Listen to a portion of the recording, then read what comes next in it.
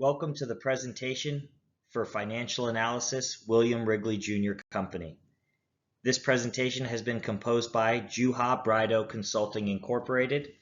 Team 12 consists of Haley Harden, Dorothy Peters, Brittany Potter, and Justin Witt.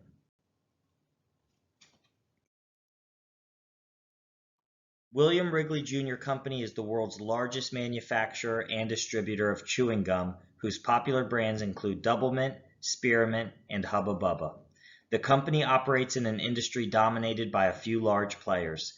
The industry is intensely competitive with a high barrier to entry.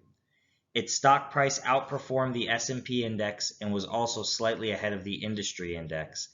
In reviewing Wrigley against its major competitors in the confectionery business, Wrigley's earnings per share of $1.61 were the second highest. However, its price-to-earnings ratio was also high at 29.3, indicating that its stock may be overvalued and the share price could fall in the future. Its market value of equity was mid-tier among competitors at $13 billion, which could fall in the future if its stocks are overvalued and the share prices fall. Since Wrigley has no debt, it also has the lowest debt-to-equity ratio amongst competitors. However, given its high price-to-earnings ratio and average market value of equity against its major competitors, shareholders may see this as Wrigley relying too heavily on equity without capitalizing on debt benefits of a tax shield or potential growth opportunities to maximize the firm's value. From the competitor financial analysis, we've identified Wrigley's core problem statement. By operating under a debt-free capital structure, the firm is not maximizing shareholder value, and its current market value of equity valuation is at risk should its share price fall from overvaluation, as indicated by its high price-to-earnings ratio. To start, we will analyze financial results from the proposed strategy for Aurora Borealis LLC to invest $3 billion in Wrigley, including added shareholder value from the tax shield on debt. We will then look at objectives for how Wrigley should leverage these funds through options to either repurchase shares or pay a dividend equivalent to shareholders. Finally, we will review potential threats. As Wrigley's debt-to-equity ratio increases, its need to balance the trade-off between tax shield benefits and potential for financial distress to the firm. Pre-capitalization beta is 0.75, which indicates less risk compared to the market. The beta increases to 0.87 post-capitalization. This is expected since adding debt to the capital structure increases the risk. However, a beta of 0.87 still indicates less risk compared to the market, meaning the company is still in a good position after the re-leveraged capitalization process. The weighted average cost of capital is calculated using the CAPM model, which takes into account the risk-free rate of 10 years at 4.86% and the market risk premium at 7%. Before capitalization, Wrigley's has no debt, which means that the WACC is equal to the cost of equity. In this case, that is 10.1%. Post-capitalization, the WACC increases only slightly to 10.29%.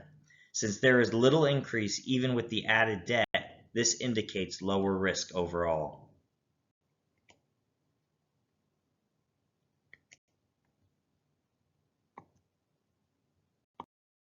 Based on a 1.32 financial ratio on post-capitalization EBIT coverage, Wrigley's debt rating will be B with a yield or cost of debt at 14.66%, slightly above the original estimated 13%. Post-capitalization, the company is composed of 21% weighted debt and 79% weighted equity. The re-leveraged capitalization creates a tax shield as the interest paid to debt is deductible. There are issues and concerns with debt, which include direct costs, typically associated with bankruptcy to pay for legal, management fees, etc., indirect costs, which impairs the ability to conduct business, and agency costs, which are costs associated with the conflicts that can develop between stockholders and bondholders. However, the firm has been conservatively financed and earnings have been increasing since 1999. Additionally, since the WACC does not significantly increase after the re-leveraged capitalization process, The risk of these issues with debt seem low. Issuing $3 billion in debt will increase the market value of the firm from $13.1 billion to $14.3 billion. This reflects the value of the company according to the current stock price and number of outstanding shares. The market value is able to increase due to the tax shield of $1.2 billion from the debt. Using the adjusted present value approach, the three tables represent Wrigley's current capital structure compared to potential effects from either leveraging the investment funds to repurchase shares or pay out additional dividends.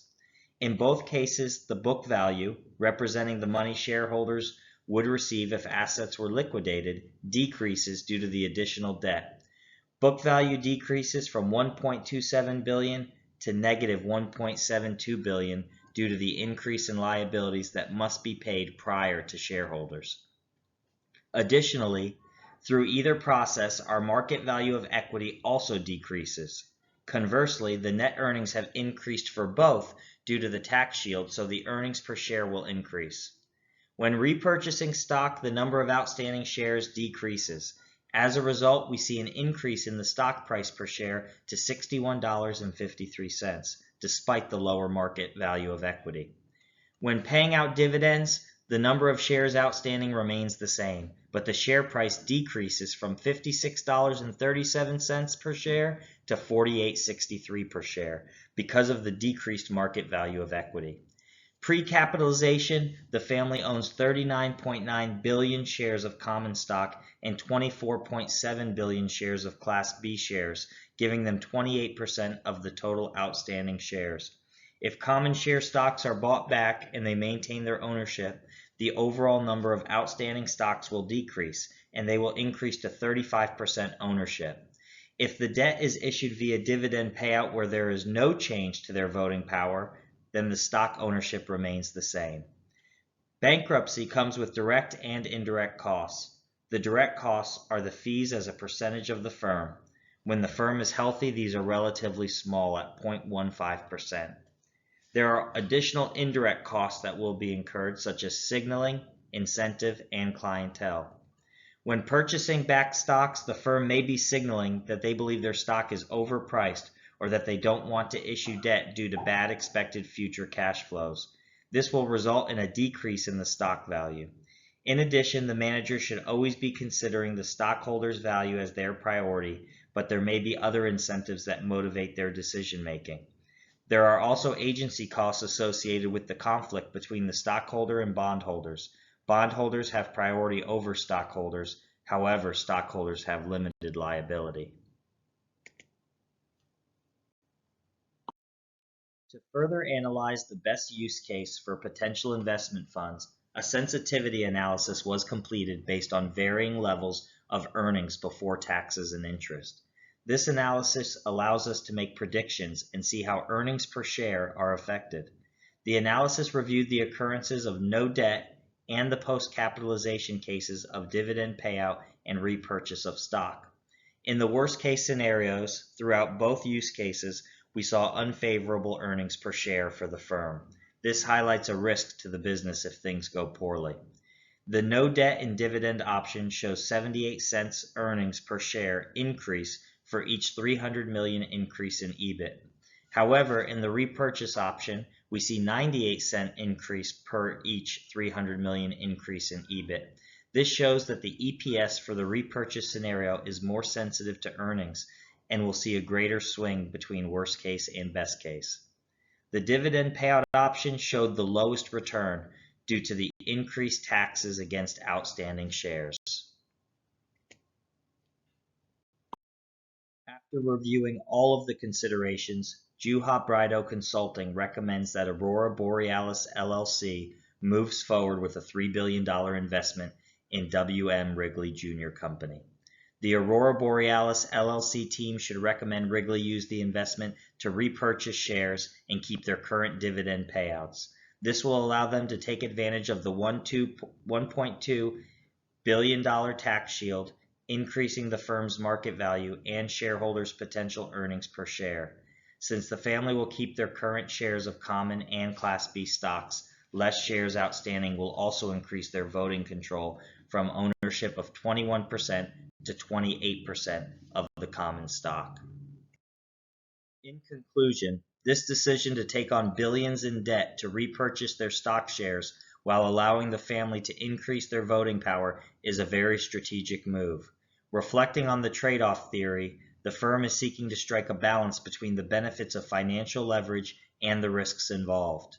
A low WACC with minimum change pre and post capitalization indicates the added debt will not significantly increase Wrigley's risk of financial distress.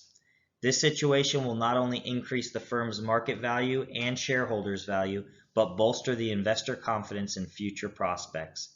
Due to everything we have presented today, including the big advantage of using the tax shield, Juha Brido Consulting advises the firm moves forward with a $3 billion investment in Wrigley, advising them to leverage the funds to repurchase shares as an opportunity to maximize their company's value. Thank you for listening to the presentation, and we hope that you have a great day.